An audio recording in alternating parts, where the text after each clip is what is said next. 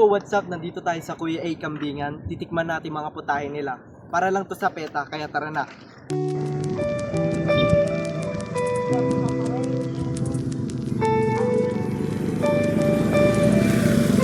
As you can see, kasama ko mga tropa ko para kakain. Tara.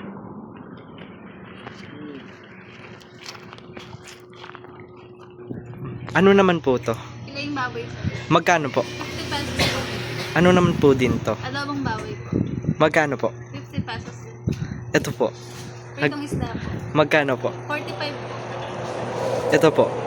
Pakbet sir, 40 pesos po. Ito po. Tinapa sir, 25 pesos po. Ito po. Sisig sir, 50 pesos po.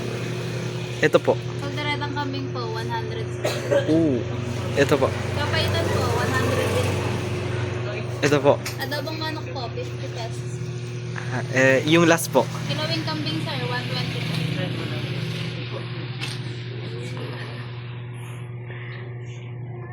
So, ano po yung best seller nyo po na una? Kapaitan sir. Isang order nga po. Ano po yung best seller nyo po isang pagkain?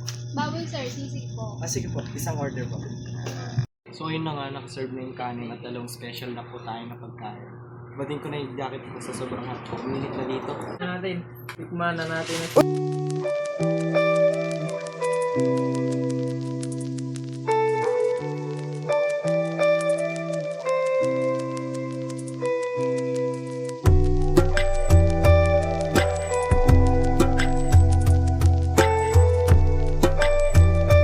Kakatapos lang namin kumain. Sulit dito. Sulit din yung food review. Sayonara.